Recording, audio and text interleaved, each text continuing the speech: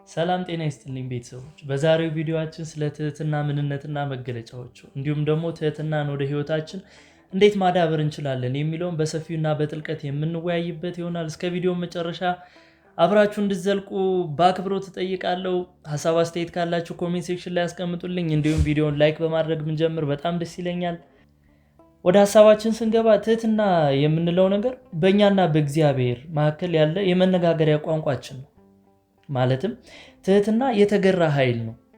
ማለት የተገራ ኃይል ስንል ትህትና የደካማነት መገለጫ ሳይሆን የአንድ ሰው የጥንካሬው ልክ ማሳያ ነው። ማለት ለምሳሌ አንድን ሰው ከፍታ ላይ የደረሰው ምንድን ነው ስትሉ የሆነ ከፍታው የትህትና ከፍታ መገለጫው ማለት የጥንካሬው ልክ ነው ትህትና። እኔ ዋህ በልቤም ትሁት ነኝ እንዳለ ጌታችን መድኃኒታችን ኢየሱስ ክርስቶስ ታዲያ ጌታችን ደካማ ነበር እንዴ? የምር ጌታችን መድኃኒታችን ኢየሱስ ክርስቶስ ደካማ ነበር ማለት ነው? ለስም አጠራሩ ክብር ይግባውና አልነበረም፣ በፍጹም አይደለም። የጌቶች ጌታ የአማልክት አምላክ እርሱ በእርግጥም ትሁት ነበር። ትሁት ሁኑ ሲባል ግን አትቆጡ ማለት አይደለም።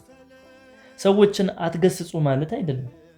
ምክንያቱም ጌታችን መድኃኒታችን ኢየሱስ ክርስቶስ በልቡ ትሁት ሆኖ ሳለ ጥፋተኞችን ይቀጣ ነበር። ለቤቱ ቀናኢ ነበር አይደለም?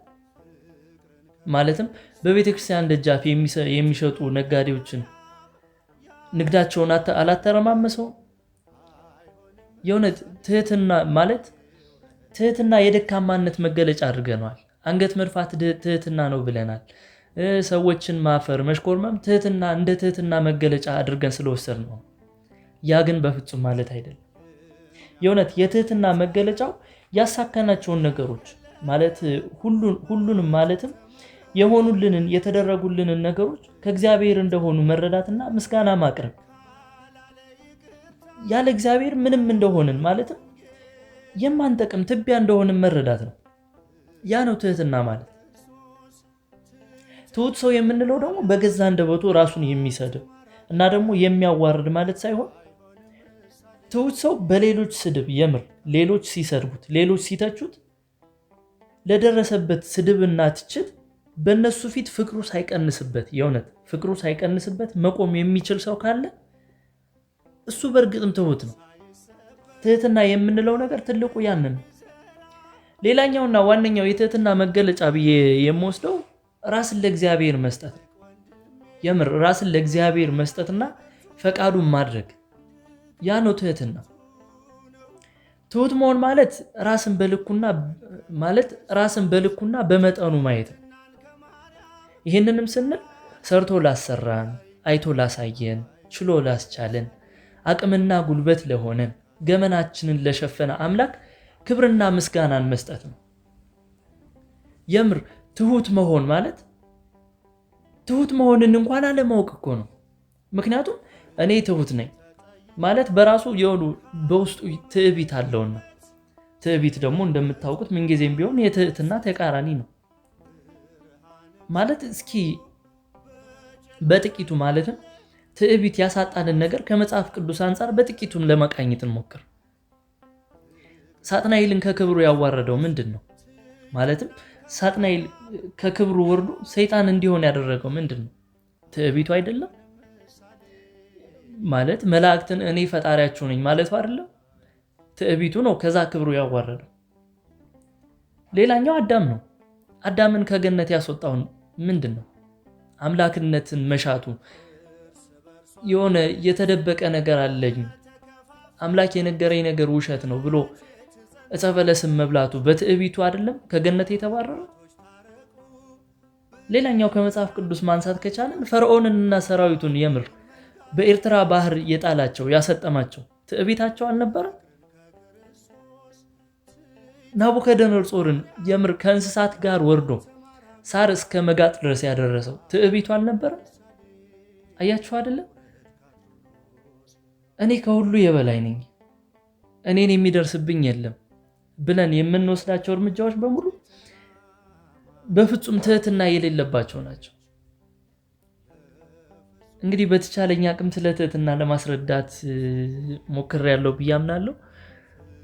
ሌላኛው ደግሞ ከቪዲዮአችን መጀመሪያ እናያለን ብዬ ያመንኩት ነገር ምንድነው? ትህትናን እንዴት ማዳበር እንችላለን? የእውነት ትሁታን እንዴት መሆን እንችላለን የሚለውን ነገር። በጣም ይቅርታ እንግዲህ ሐሳቤን ካፈጠንኩባችሁ። የመጀመሪያው ነገር ራስን መካድ ነው። ይህንንም ስንል ራስን አሳልፎ መስጠት ማለትም ለእግዚአብሔር ፈቃድ እና ለትእዛዛቱ ራስን አሳልፎ መስጠት ነው። ደከመኝ ሰለቸኝ ሳንል የዓለም ስጋዊ ምኞቶች ሁሉ ሳያታልሉን የእግዚአብሔርን ፈቃድ ለማድረግ ሁሌም መትጋት፣ ሁሌም ትእዛዙን ለማድረግ መትጋት፣ ፈቃዱን ለመፈጸም፣ እግዚአብሔርን ለመስማት፣ እግዚአብሔርን ለማዳመጥ ሁልጊዜም መትጋት ነው። ሁለተኛው ነገር የዕለት ተዕለት ጸሎታችን ነው። የእውነት የዕለት ተዕለት ጸሎታችን በጣም ለህይወታችን አስፈላጊው ነገር ነው። ማለት ትህትናን እንድንላበስ የሚያደርገን ዋነኛው ተግባራችን የዕለት ተዕለት ጸሎታችን ነው። እግዚአብሔርን ማዳመጣችን፣ ከእግዚአብሔር ጋር መነጋገራችን፣ ያ ነው ትልቁ ትህትናን እንድንላበስ የሚያደርገን። ሶስተኛው ነገር ዝቅ ብሎ ሰዎችን ማገልገል ነው። ዝቅ ብሎ ሰዎችን ማገልገልና መታዘዝን መልመድ። የእውነት የእኛን ታናናሾችን ማገልገል መልመድ። ምንም ቅራኔ ሳናሳይ ፊታችን ፈካ እንዳለ የምር ታናናሾቻችን ማገልገል እንችላለን። እነዛን ነገሮች እነዛን ልምዶቻችን ባዳበርን ቁጥር ትህትናን መላበስ እንችላለን። አራተኛው ነገር ራስን ከሌሎች ጋር በፍጹም አለማወዳደር ነው። የራስን መንገድ መምረጥ ማለት ከወንድምህ አለመወዳደር፣ የወንድምህን ስኬት እንዳንተ ስኬት አድርገህ መቀበል፣ የምር ደስታው እንዲያስደስትህ መሆን፣ የሐዘኑም ተካፋይ መሆን፣ ራስን ከወንድም ጋር በፍጹም አለማወዳደር፣ ከወዳጆች ጋር በፍጹም አለማወዳደር። እነዚህ 4 ነጥቦች ትህትናን ወደ ህይወታችን ለማዳበር ይጠቅሙናል ብዬ አምናለሁ። ሌላኛው እንግዲህ አንድ አባቴ የተናገረው ነው ዋነኛ ማለት የቪዲዮአችንም ማጠቃለያ የሚሆነው የሐሳባችንም ማጠቃለያ ይሆናል ብዬ የማምነው አንድ አባቴ የሰጡት ምክር ነው። ምንም አይነት እንኳን የውጊያ ልምድ ባይኖራችሁ፣ የእውነት የውጊያ ልምድና ብቃት እንኳን ባይኖራችሁ ትህትናን ገንዘብ አድርጉት። ማለት የዝሙትን ጾር ማሸነፍ ቢያቅታችሁ፣ የእውነት የዚችን ዓለም ፈተና የዚችን ዓለም ማታለል መቻል የሆነ አቅም ካጣችሁ፣ የምር የውጊያው ልምዱና ብቃቱ እንኳን ባይኖራችሁ ትህትናን ገንዘብ ካደረጋችሁ የማይቻል ነገር የለም። የሆነ ትህትናችሁ በራሱ ከእግዚአብሔር ኃይል መቀበያችሁ ስለሆነ፣ ከእግዚአብሔር ጋር መነጋገሪያ ቋንቋችሁ ስለሆነ የዚችን ዓለም ማታለያ የዝሙታችሁን ጾር ማጥፊያ ትልቅ መሳሪያ አድርጋችሁ መያዝ ትችላላችሁና እንግዲህ የቪዲዮአችን ማጠቃለያ ይሄንን ይመስላል። እስካሁን ስለተከታተላችሁን በጣም እናመሰግናለን። ለቀጣይ ምን አይነት ሐሳብ ይነሳ፣ በዚህ ዙሪያ ሰፋ ያለ የተብራራ ሐሳብ እንፈልጋለን የምትሉትን ደግሞ ኮሜንት ላይ ብታስቀምጡልን በጣም ደስ ይለናል።